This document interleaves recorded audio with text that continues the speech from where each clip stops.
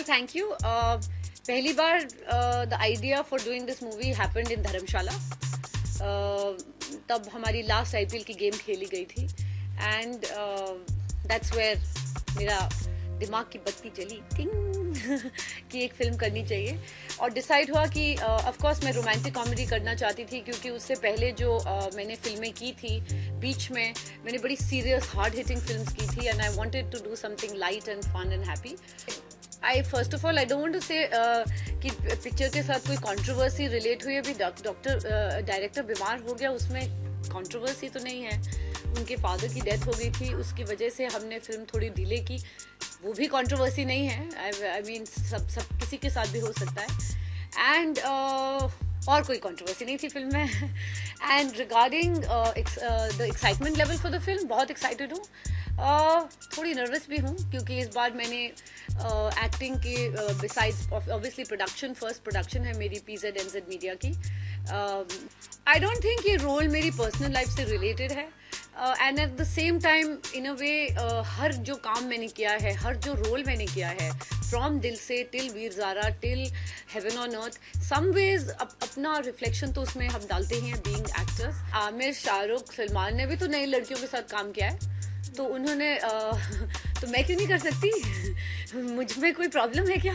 आप शाहरुख का कट लाओ मेरे पास, सलमान का कट लाओ टॉकी कट, और आमिर का कि उन्होंने सोनाक्षी को क्यों लिया, उसने दीपिका को क्यों लिया, और उसने वो दूसरी साउथ गर्ल के साथ. जब वो आंसर देंगे फिर मैं उन आंसर को देखूंगी, फिर मैं आपको आंसर दूंगी. थिंक इश्क इन पेरिस में जो स्टाइलिंग की गई है वो बहुत ही ज़बरदस्त स्टाइलिंग की गई है. एक तो बिकॉज विंटर था, बहुत कम फिल्में विंटर में शूट होती है. दूसरी बिकॉज पेरिस में शूट हुई, तो ऑब्वियसली मैं एक फिल्म में एक फैशन फोटोग्राफर हूँ, तो ऑब्वियसली सराउंडेड बाय फैशन.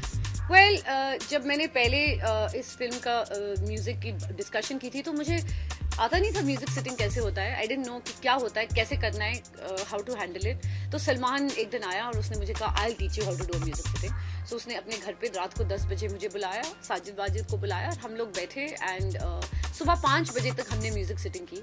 और तब मुझे रियलाइज हुआ कि ऐसे गाने बनते हैं. और तब हमने गाना बनाया कुड़िए दी कुत्ती एंड सैया, खड़े खड़े अपने म्यूजिक बनाया. And it was really funny क्योंकि हमने अपनी हेडलाइट्स ऑन की हुई थी एंड वी वर वहाँ हमने गाना बनाया, तेरी चूड़ियाँ द क्रेजी क्रेजी साउंड सुनिए.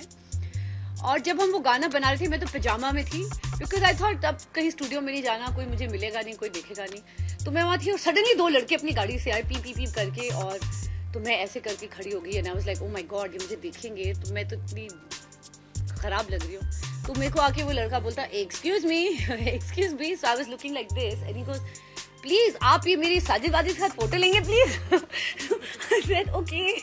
मैंने जैसे उसकी फोटो ली, उसने मेरी तरफ भी नहीं देखा, but it was so funny. तो आई सेड ओहो, this music styling was quite entertaining, sweet. तो बहुत क्यूट लिरिक्स लिखे हैं.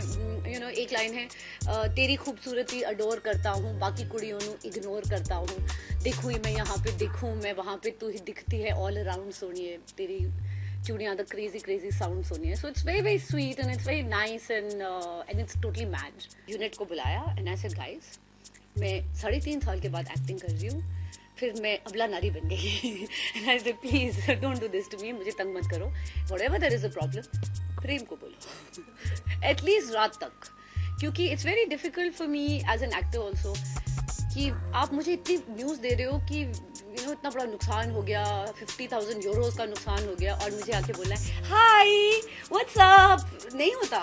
You know, so that was the most, I mean I am sounding happy about it and dramatic about it. That time मुझे लग रहा था कि you know god why you doing this to me. अभी done, can I गो? यार मैं भी इंसान हूँ. आप हंस रहे हो? हाय, बचाओ, सेव मी. 2 दिन बाद है film release. Guys, you all are still rolling. Do you mind? Look, all these cameras are still rolling.